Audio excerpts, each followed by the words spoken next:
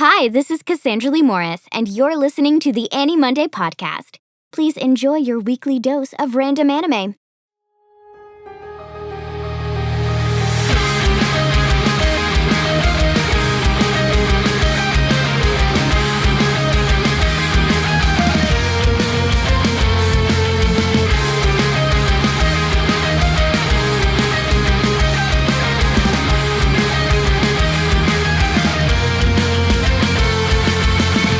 Hello, and welcome to the AniMonday podcast. My name is Colin Hemphill. And I'm Kayla Hemphill.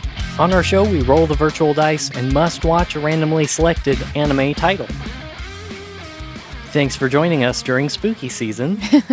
Super spooky season. Where we're not really watching that much spooky stuff this week for the show. A little bit, maybe. It's got spirits. It kind of works. It's not horror, but thank goodness. Leans on that. Yeah, well, I haven't convinced Kayla to do a horror-themed anime sort of episode at this point. Maybe one day.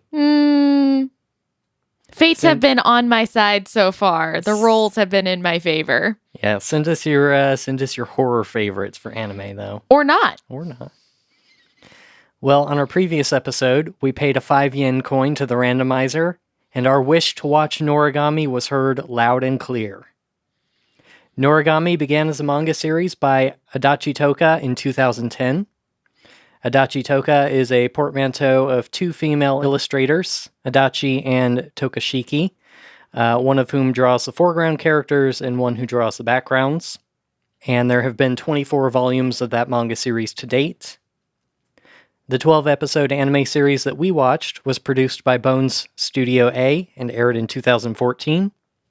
With a 13-episode second season airing in 2015. And finally, there was a mobile game called Noragami Gods and Fate in 2015, which I highly doubt made it over here. And we watched the first 4 episodes of that anime series on Funimation.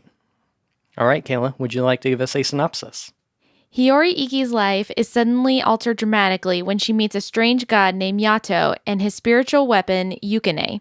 Trying to live between two worlds will test everything she has ever known, but maybe she will find more of herself along the way. So I think this show lends itself pretty well to kind of introducing characters and story at the same time. We kind of are introduced to them, sequentially through the episodes, and I think if it works for you, that makes sense to me. Mm-hmm. So a lot of the story focuses, like you said, on Yato, who is... he calls himself a god of war at least one point in these first episodes, and that does not seem like the current situation for him. He also calls himself a god of delivery.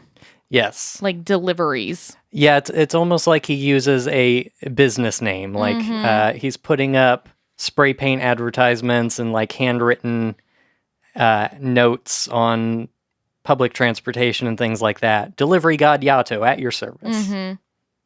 But that seems to be just like he's making chump change, kind of like I joked about previously, with 5 yen for each job that he does. No matter the magnitude of the job. Yeah, it could be as much as destroying a phantom, which is like the kind of evil spirit of the far shore that inhabits the world and kind of mentally affects the people it is involved with or around. Or it could be cleaning some guy's bathroom. Which he does really well. He's great at it. Both cost the same. Yes. And as such, he is not living his best life in terms of doesn't have a shrine devoted to him, doesn't have any followers that we know of. And so is just kind of bumming around town and making barely anything. And even spends his nights at the shrines of other local gods. Yeah, so when we meet him, he's taken on different requests. We see him kind of having 2 different requests. One where he's eliminating a phantom that seems to have culminated through the emotions of these like really stressed out teenagers who are like, it's exam time. Right. So like there's more negative emotions that are around. And so it's causing more phantoms to appear.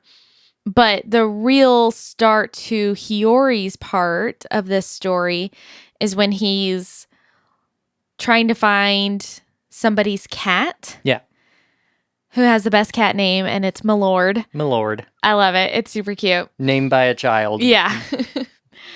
And Hiyori sees Yato trying to lure this cat out of the street.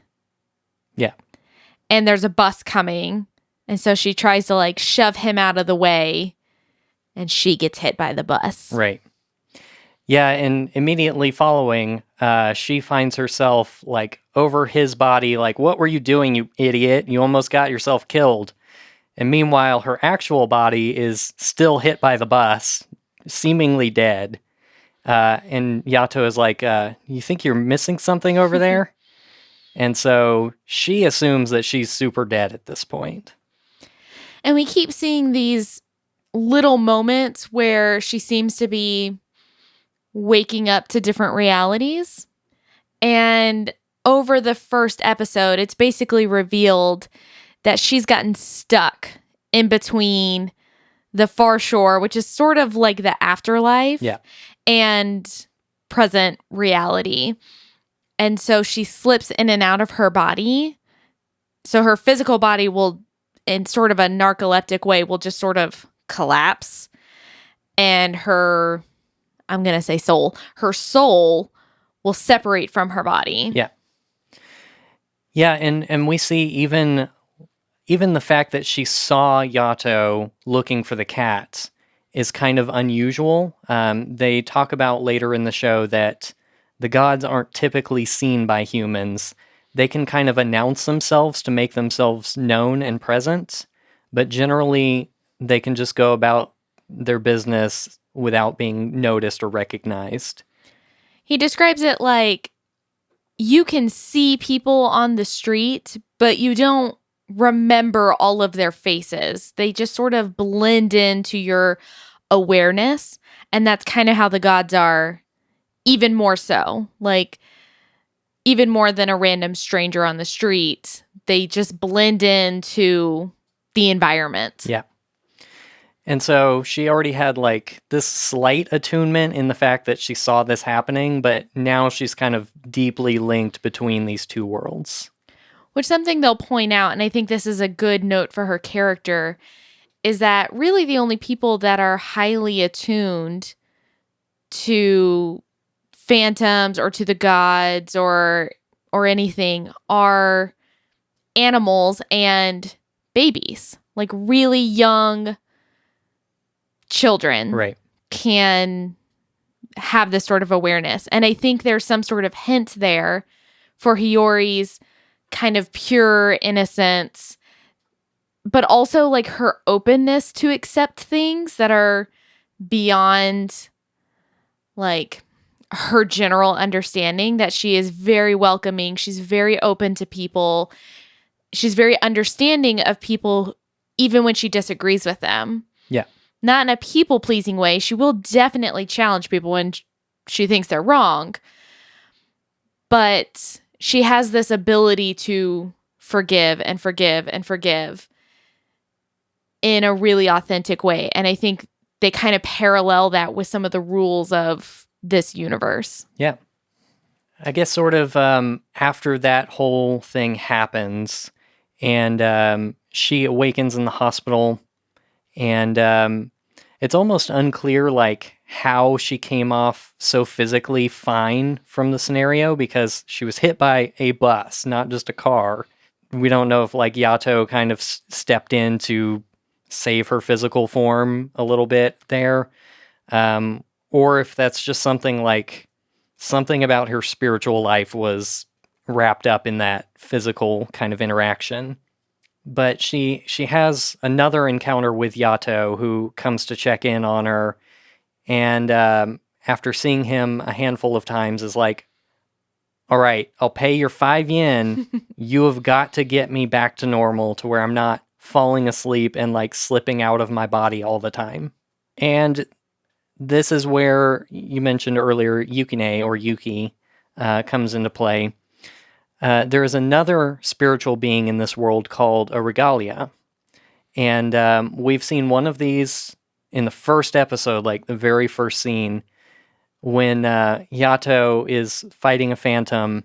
And when that job is done, his dagger that he was using turns into a person. And she is super done with him and living like this no money, no food, no shelter lifestyle, and quits. And that's when he loses his regalia, which is a spiritual weapon of sorts. Well, we see that he releases her. It's like a contract sort of between the two of them. Right, and he's giving her agency in that. Presumably, he's in charge. But he lets her go, and now he has no weapons, so the only jobs that he can do are like cleaning bathrooms. And so to pursue, sort of, he seems hesitant to pursue Hiyori's job. Mostly that he doesn't know how to do it, how to fix her. But he really can't do anything heavyweight without a new regalia. And so she kind of goes off on her own to expedite the job because she's tired of him kind of dinking around town. And ends up getting chased by a phantom. And this is where Yato kind of spur of the moment has to immediately find a regalia. And he does. And this is when we start to see that there are lots of different kind of components that are going on in this world. So when he sees Yukine, he's different than like the phantoms that you see. The phantoms are really kind of ghoulish looking. And when you see Yukine, he's a little like spirit sprite. Like if you've ever seen My Neighbor Totoro, he's like the little suit sprite, except white. Yeah, like a little sun with a face on it. Yeah. And so he calls Yukine. He claims his name. So basically, in order to have this contract with Yukine, a god would present the spirit with two names. One is sort of like a person name, like the name that you would just call them when they're in their person form. Yeah. And then to activate their weapon form, they have a secondary name. And I think in a way, whatever you name their weapon form kind of indicates perhaps the type of weapon that they'll be. Yeah. Or something about the nature of that weapon. Names are really powerful in this world. They're very important. Yeah. And so Yukine becomes his, I'm going to say regalia. That's the way that I would pronounce that word. He becomes his regalia, and immediately it's pretty clear that there's something special about him, that he's pretty powerful for a brand new weapon, but also that he's pretty young. Yeah, and in the instant where he calls his name, Yato kind of experiences his life before he died, Yukine's life before he died. And you only see little flashes of it visibly in the show, but it seems sad and tragic. Like it immediately brings him in the heat of battle, like to tears in the streets. But Yukine himself has no memory of his former life. And so this is where you can kind of start to see the bond between the regalia and the god who wields them. I guess the only other thing to note is like it is wintertime when we're watching this, and it is snowing. Yuki means snow in Japanese, so I think he's implying like I called you out of the snow, kind of. That's the source of the human name he was given. So as the story goes on, we start to encounter lots of different kind of characters and rules about this universe. So one of the things that we learn is that a regalia and a god kind of share like body and spirit. That's how connected they are. So if the regalia does something kind of distasteful, the god is aware of it and it affects them. Yeah. And one of the things that are really important to note is that corruption is a common theme throughout these episodes. There's a lot of discussion around how souls get corrupted, why it's important for regalias to not be corrupted in any sort of way. And even this sort of hint at there's something weird about Hiyori's situation. It's not very common, but also she is and is not corrupted by the fact that her soul is kind of stuck between the human world and the spiritual world. And the interactions that different gods are having with Yato and Hiyori and Yukine show that they're very different. And it's not always clear why. They just seem to be breaking rules. Yeah, I think there's even elements, like we see Yato having corruption on his arm at one point because he had sort of a negative interaction with a phantom. And we even see other gods in the universe who will, well, they're already established. They're pretty wealthy. They have a lot of shrines, a lot of followers. And so they don't have to get their hands dirty. And so they will sometimes pass off jobs to someone like Yato, who is a little more willing to do that kind of difficult work. One case is a god named Tenjin, who is the god of like knowledge and academics. And Yato, in fact, sleeps at one of his shrines because I guess they're cool enough that he's not going to bother him there. But even Yato's former regalia ends up finding a home at Tenjin's shrine. And I think that's one of the times where Yato gets called in to do a job for Tenjin. Like, you go over there, you handle that phantom thing, because you've got the weapon, you're good at that. And I'll just, sit at my fancy shrine. And when we meet Tenjin, there's another god that we also meet. And both of them will have interactions with Hiyori where they give kind of warnings about Yato of just like, hey, Yato's not 100% who he seems. Like, it's not that he's inauthentic, it's that he has a past. Yeah. And so you should be warned that he has a past. And that might mean that you're in danger. Yeah. Not necessarily because of him, but because of his history. Right. And seemingly that hasn't led these gods in particular to like dislike Yato or be personally afraid of him. In fact, he kind of has the one you mentioned, I think, is Kofuku. Yes. And they seem to be like pretty close friends, longtime friends. They also have concerns about Hiyori herself of like, you shouldn't exist. Yeah. This like in-between state that you are kind of bouncing between is like not normal. And because you seem nice, I won't just like send you to one of those realms. Namely, probably the afterlife one, Right. not the living one. But you should figure that out as kind of like a staunch warning as well. And I think a lot of that because of the rules that they have this great concern for humans becoming defiled. I mean, a lot of the conversations that are having, a lot of the decisions they make are about trying to bring humans back and away from corruption. Yeah. And that's part of the warning that they're giving Hiyori is the longer you stay in our world, the harder it's going to be for you to stay pure. Yeah. And you could become just like any of these phantoms. Right. Especially someone like Hiyori who seemingly does have a deep connection to the far shore and is so thoroughly attuned to it, becoming in this state like maybe she'll end up a really powerful, dangerous phantom if she did get corrupted. Mm-hmm.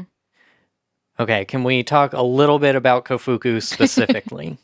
Yes, she's a very interesting character in this series. Yeah, she is almost like the most stereotypical anime character in this show. Like her visual design is anime protagonist girl kind of look. Yeah, she's pink and bubbly. Mm-hmm. And very energetic and fun. And we find that she is one of the 7 gods of fortune, who are very highly regarded. Obviously, like these are the gods that a lot of people pray to because that's what they want. Mm-hmm.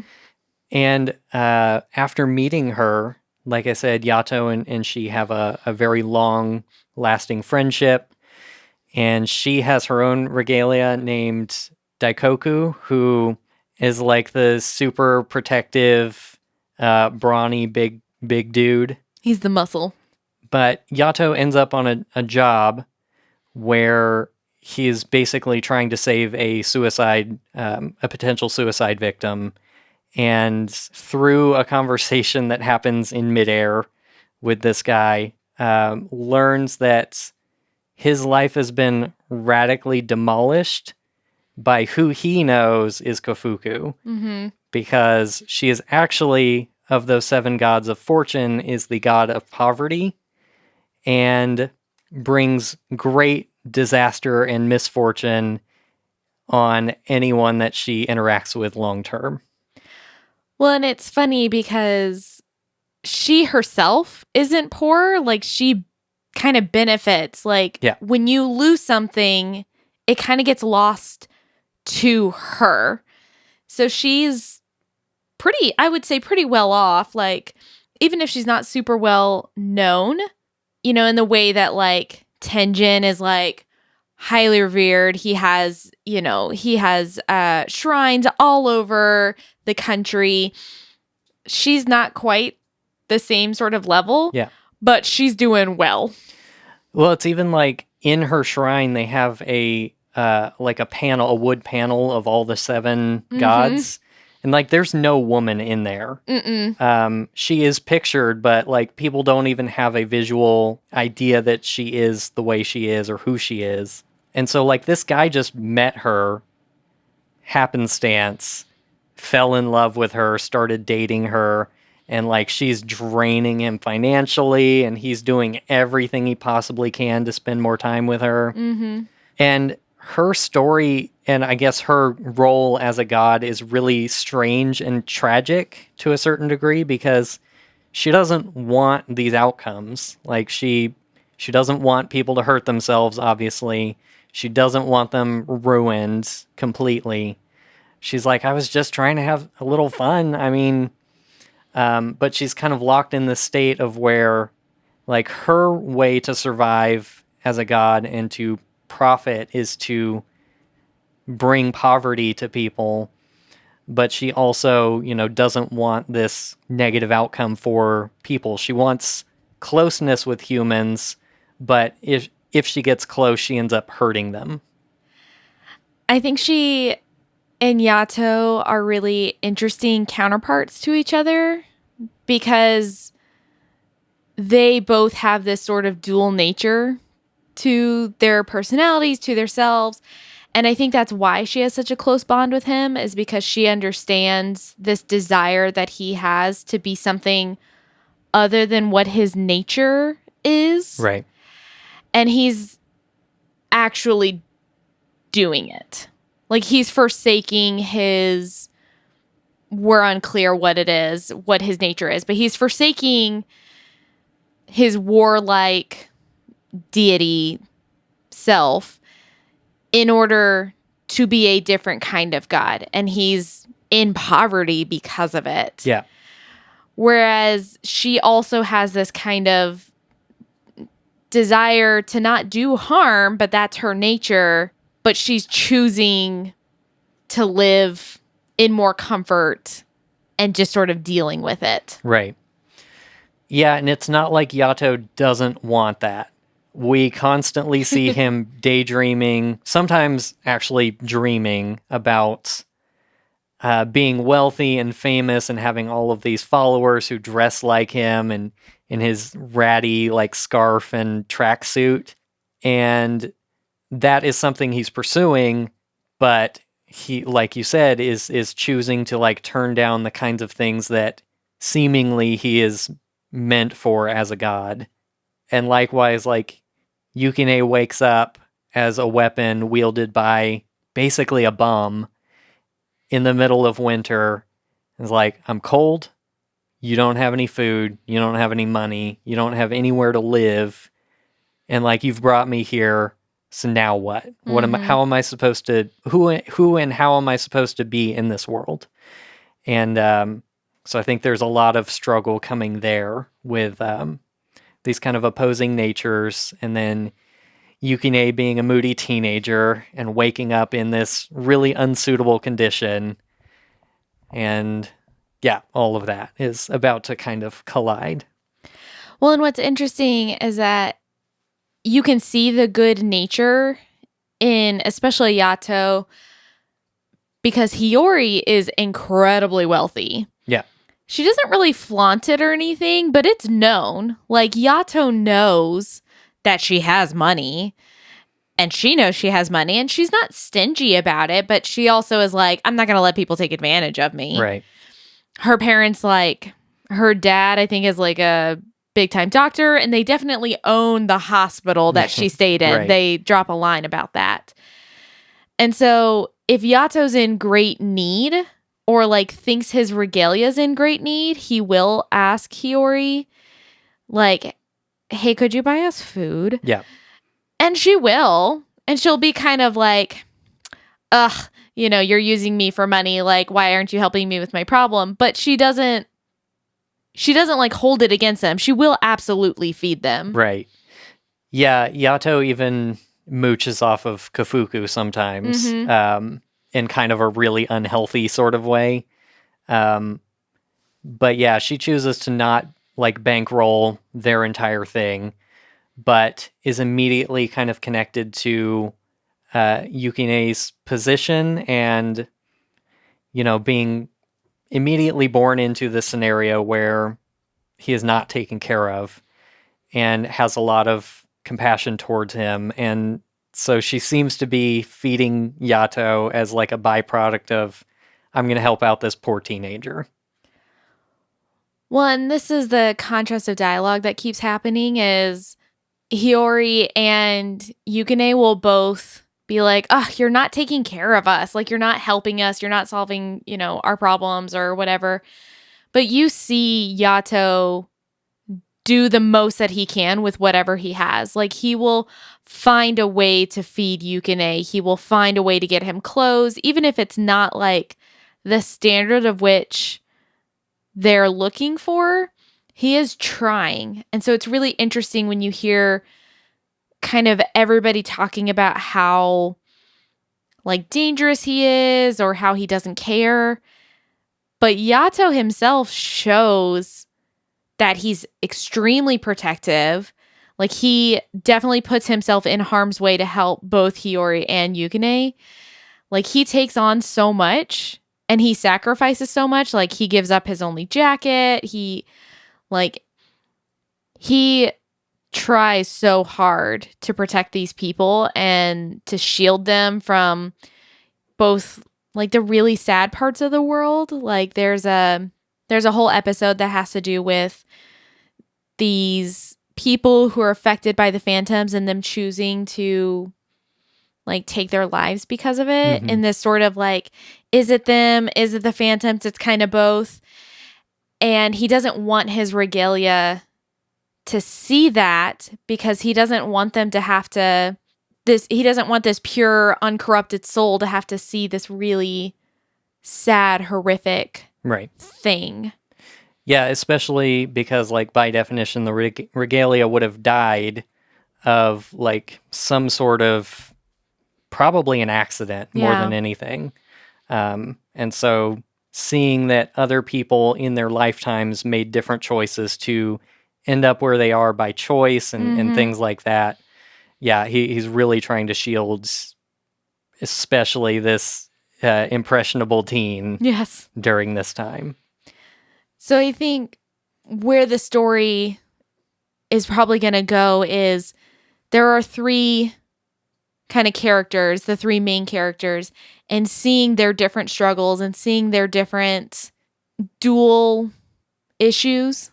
Like they're supposed to be pure, but also there's the potential for corruption. There's, Hiyori living between two worlds. There's Yato being two different kind of gods. That part's unclear. Mm-hmm. And what is that going to mean? How is that going to affect the people around them? Yeah.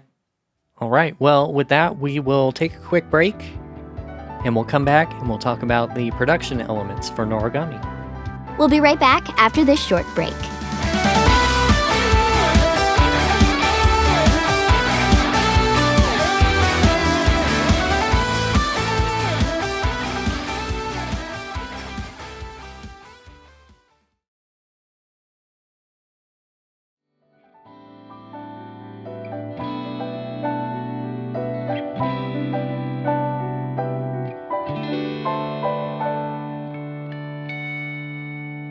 Welcome back to the show. All right, Kayla, would you like to get our discussion started on the production elements? So to start with the animation of this show, there is this really interesting, I keep using the word duality. There's a lot of like very opposite things theming throughout the show. And one of the biggest notable things are the general sort of human world and then how it overlaps with the spirit world. And they illustrate that in a really cool way with the animation. Most of the human world is pretty standard looking anime.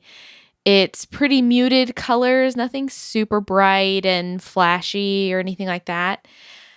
But when you see the phantoms or when you see anything of the spirit world, there starts to be this very blocky, neon bright coloring that happens.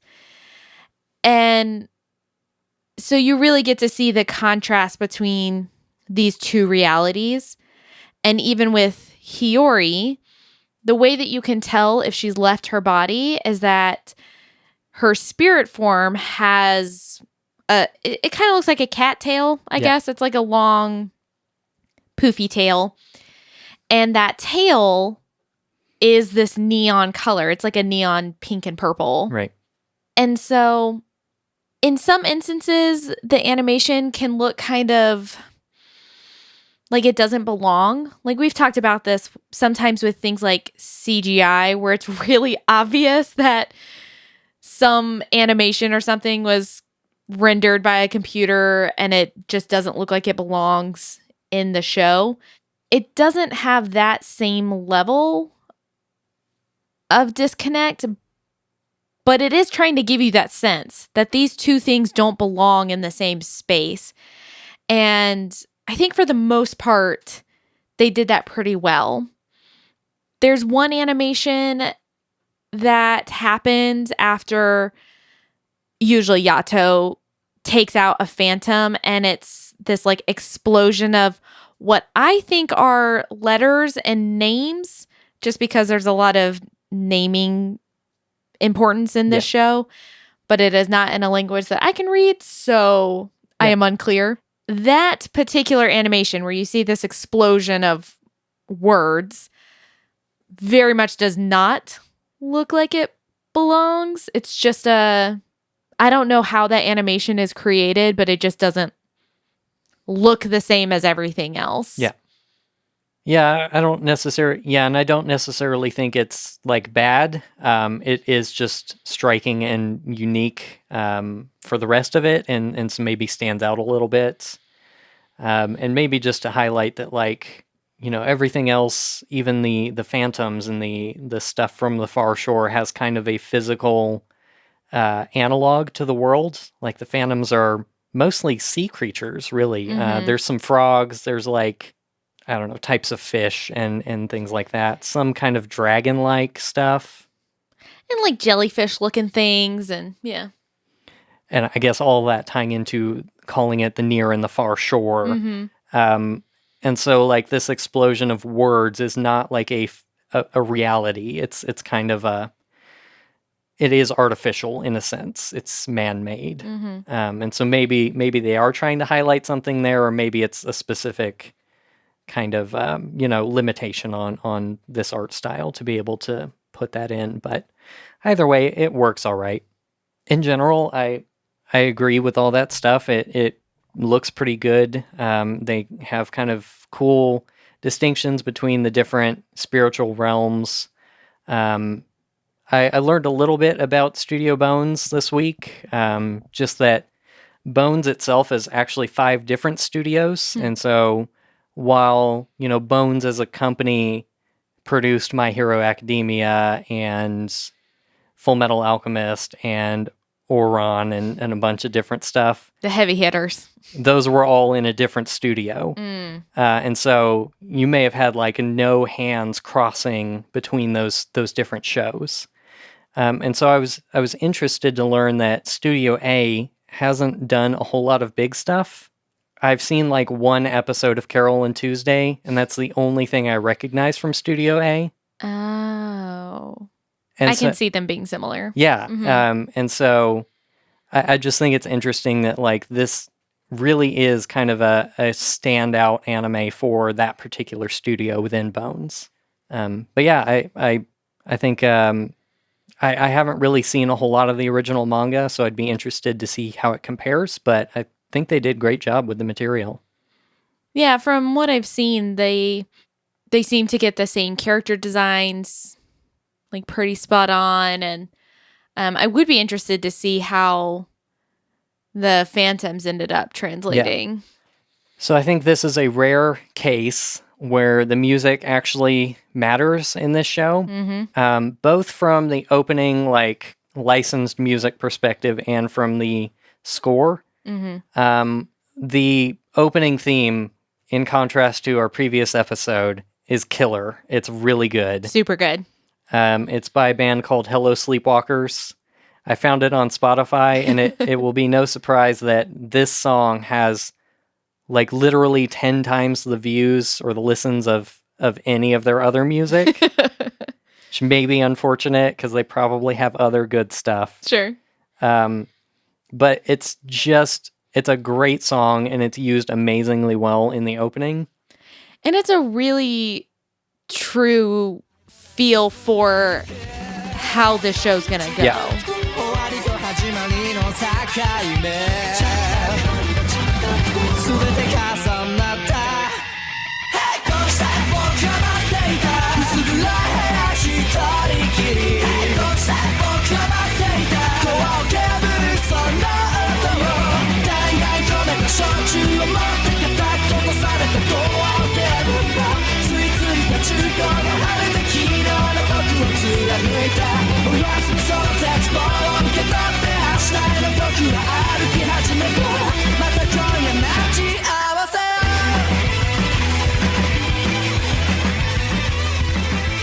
Yeah, it blends perfectly with the character styles and the action sequences, because the intro is loaded with fight scenes. Yeah. Which we don't see a whole lot of in the show. And the opening is also introducing characters that we haven't met who are getting into huge fights. And so it's very interesting to see some of that early on. Even Kofuku makes an appearance in there and is just perfect in the intro. There is some theming in the intro that I don't really know how it fits into the show, which is that the main characters are entering into what looks like a film set, or maybe like a music video kind of shoot. So there's like lighting rigs and cameras and stuff. I don't know necessarily how that fits into the theme of the show. I haven't pieced that together. But otherwise, like the use of music and the character sequences and everything, really cool. And something that I think we talk about a lot in anime intros and outros is that there is sort of this common, I guess you can call it a trope, where the intro is really high energy and the outro is really low energy. And rarely does the outro actually fit the theming of the show. But I think in this show it does, because there are a lot of heavy themes in the show. There's a lot of sadness that is interwoven into what's happening with these characters. Yes, there are fight sequences. Yes, there is sort of this kind of octane, push. But pretty quickly into these episodes, are we dealing with really heavy, sad things like something like a suicide is not something to be taken lightly. And so to have this sort of melancholy outro, I think works with the intro in a way that it usually doesn't work in most shows. And I think it also highlights the kind of theme of the show around the collision of those two worlds. Mm-hmm. They act like bookends between the near shore and the far shore. Yes. With the intro being the near shore, it is all very physical, very real life. It is the characters interacting with each other. Mm-hmm. It is a physical film set. Mm-hmm. It is fights between people, between gods. And it's not a whole lot of the phantom stuff. Mm-hmm. Whereas, the phantoms bring sadness and emotional turmoil that they call storms. And the outro very much feels like that element of the show. And then between it, you've got the collision of the two things, the actual show itself. And even you talking about like the intro being sort of the external fight that they have. If we think about the show, each character has an external and an internal fight. They're wrestling with their sense of identity, who they are, what their name is, what that means, while also having these external sort of fights. And I think you're right. It's really bookend really nicely between this intro and the outro song. Yeah. One thing I wanted to note real quick is about the costuming choice for the characters, specifically the gods. So the three gods that we've met being Yato, Kofuku, and Tenjin. That Tenjin is the only god that matches, I would say, like the trope of what we would think a god would look like. He's in very traditional garb. I don't want to say it's ornate, but it's very crisp. It's very, I use the word professional for lack of a better term. It's just very regal looking. Yeah. And he is what you would think of as a traditional god. He fits that role. He's very much that model. And he's presented as that. And what's interesting is that they're kind of showing how that doesn't really mean anything. And I think Kofuku is a really good example of a god who is just as well known, but not really as revered. She doesn't really play into that role. Her costuming, they have her in this kind of like schoolgirl outfit. It is very innocent looking. It's very approachable looking. But she is a god of kind of destruction in a way. She brings sadness, but she presents as being happy. Well, flirty even. Even in contrast to her regalia, who presents as like the protective boyfriend, like the... He kind of looks like a Yakuza. Probably Yakuza. Definitely is going to kill you if you hit on his girl kind of vibe. And so like the world's perception of her being so different, like not even recognizing her as a woman in paintings and everything.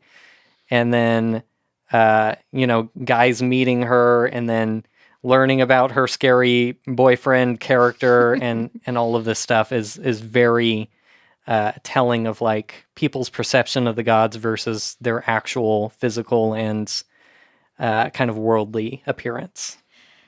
And so Yato is kind of the culmination of this, that he very much does not match what you would think a god looks like. He's in a kind of dingy tracksuit, which is commented on a lot.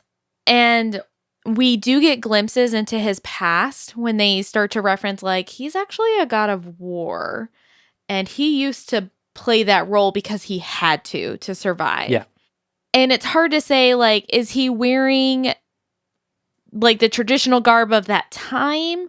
Or was there something that he was leaning into the perception of who he was? And so he's kind of dressed in this sort of unarmored samurai sort of with a top knot and like a long sword and katana kind of.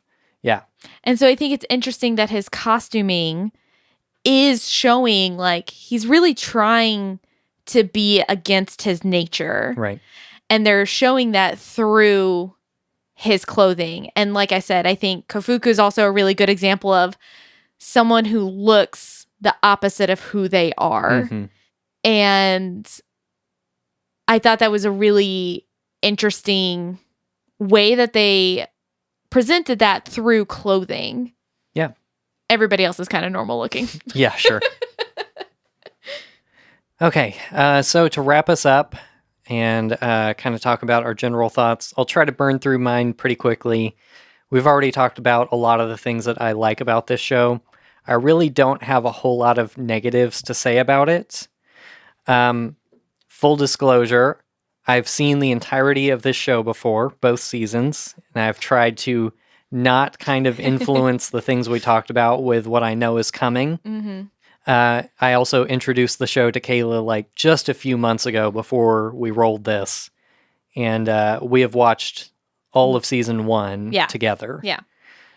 So we do know some things coming up. I know a few more, but I've forgotten a lot of them. So, some of that stuff, I don't know exactly where it ends up. But I just, in general, I think this is an excellent show. The pacing can be a little uneven at times. Mm-hmm. There are some episodes that are hard to get through, and I think it's intentional. There is slow, kind of painful character growth in this show. And I think while it can be kind of a stumbling block for you getting through the show and binging it or whatever, I think it is done in a way that really benefits the show overall. What I know of this show and its kind of general consensus is that this show was very popular at the time. It's really well received today and previously, but in general, it's just kind of fallen out of the general discussion. Like, you don't see it on a lot of recommendation lists anymore. You don't really hear people bring it up repeatedly, and even my personal experience with it a number of years ago when I saw it, I didn't remember a whole lot of stuff from it. And that's really kind of a shame because I think it deserves to be in the conversation even today. A lot of that comes from the complexity of the characters. We've talked about a lot of that already. Yato being mysterious and unsettling as his past is revealed, but you see he still has a good heart, and despite his greed and his desire for wealth and all of that, he has basically put himself into a position of being homeless so that he doesn't have to proceed in the way that would get him to that elevated status. Hiyori is impulsive. She's a little bit naive about the spirit world because she's just kind of being exposed to it. But she's very self-motivated, self-sufficient, and in tune with both worlds that she's kind of getting involved with, but especially with the people she's meeting. Deeply caring, adept at kind of figuring out solutions to complex problems that she's encountering. You can probably tell that she was written by women. Yes. Which is great. Whoop. Yuki, I think, is probably the most well-written teenager I've ever seen. Yes. Just the right amount of like selfishness and rebellion to make you really want to hate him, but also like just tragic enough and caring enough that you really are rooting for him to become like a good, mature adult. Kofuku and her kind of tragic concept that she has going on, the other gods, the regalia that we meet later on, all of them are really cool. And I think on top of all that, there is just some practical stuff that's really good about this show too. The comedy throughout is thoughtful and light. It is definitely not the focus of this show. It is very much a kind of spiritual sort of action drama kind of thing, but the comedy is tasteful and doesn't get in the way when it does show up. And also, like, this show has every opportunity to use Hiyori's narcolepsy kind of things to, like, do distasteful jokes about her, and it never goes that direction. In fact, minor spoiler on future episodes, like, Yuki's behavior of going through puberty is a substantial focus a couple episodes in, and he is learning that disrespecting his friend's body and not understanding things like consent is really, really destructive for him and his friend group, and he pays like actual consequences for that, which is really refreshing in anime where that is not frequently discussed, and it is frequently brushed over as a joke. Mm-hmm. Yes, so knowing that I have also seen all of season 1, going back and rewatching these first 4 episodes can be a lot. Like, they set up a good chunk of the world building in these first 4 episodes. And while I wouldn't say it's like a lore dump in the way that a lot of shows can be, where it's a lot of expositing, there is just a lot. You're introducing a lot of main characters. You're starting to introduce a lot of theming right off the bat. And it's letting you know, like, what are some of the boundaries of this world? And I think it does set that up in a way that it is clear what they're doing. It is clear what the boundaries are. It is a kind of what you were saying. It's a lot right off the bat. And so I do know that there will be a slowdown pace pretty much immediately right after episode 4. But if you're just going in with just the 4 episodes, while I do think that they do a good job of introducing the characters, getting you to care about the characters and also this world, if you don't know that they're going to scale back some of the pacing, it could feel very exhaustive, because we've seen shows that are like this. It's just thing after thing after thing, and there isn't a really good focus on what the show is. And I think in particular, Noragami does a good job of making you understand what the focus is. Hiyori is constantly asking Yato to get to the point between the two of them, which is to get her to reconnect fully with the near shore, with the physical world. And it is kind of brushed off. It is kind of, he finds some excuse, or he, suddenly gets a phone call and has to leave. And it makes it really clear that isn't the focus. The focus isn't going to be, is Hiyori going to, join back in the physical world? It's, how are they going to deal with these dual selves? Each of them, Yato, Hiyori, and Yukine. And I think if you can see that right off the bat, then I think it sets the show up for success. If you get kind of bogged down by, like, well, why are the names important? Why is this? Why is that? You can start to get a little lost. But I have the foreknowledge to know the pacing slows down. We start to really focus in on the theming of at least a season. I haven't seen season 2, so I don't know how much that carries through. But I think this is a really good setup for what I know is to come. Yeah. Well, with all of that said, would you watch more of this? So as you said, I've already seen season 1, and I did enjoy it. So yeah, I'm probably going to actually finish out season 1 again and actually make time to watch season 2, since we didn't really have a reason to stop watching it. We just picked up other shows and never got back to season 2. Right. Yeah, I mean, I'm also biased. I've seen the whole thing. I chose to watch it again a few months ago. I've watched it again now, and I still want to keep going. Yeah. I might dip in on season 1, but once you get to season 2 again, yeah, I'll for sure finish that up. Hooray.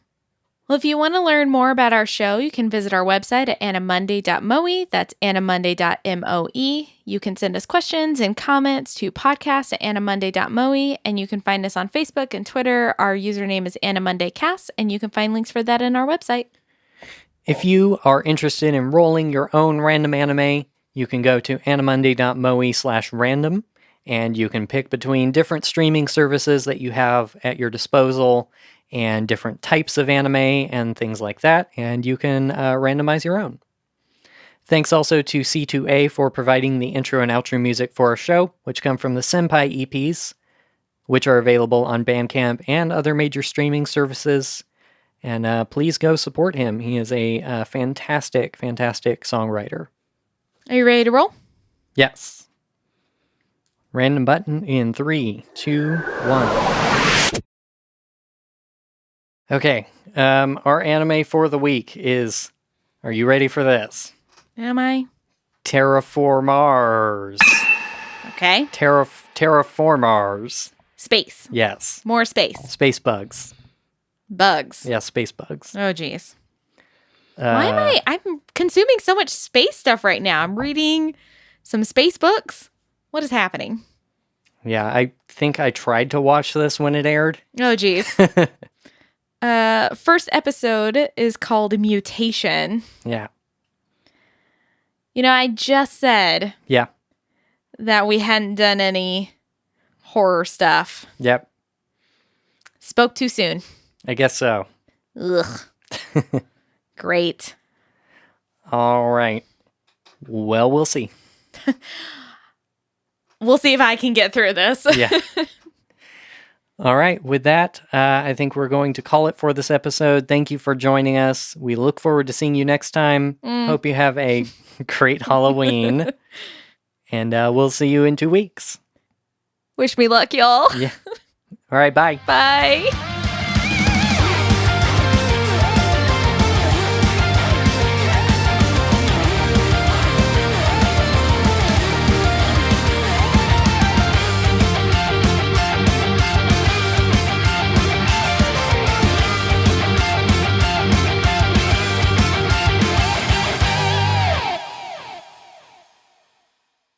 Visually interesting. Oh my God. I knew it. As soon as you said it, I was waiting for it. Confrontation. Stop it. You know what? And now you'll never get to watch another episode again because friggin' I'll find a way. Viacom. Anyways.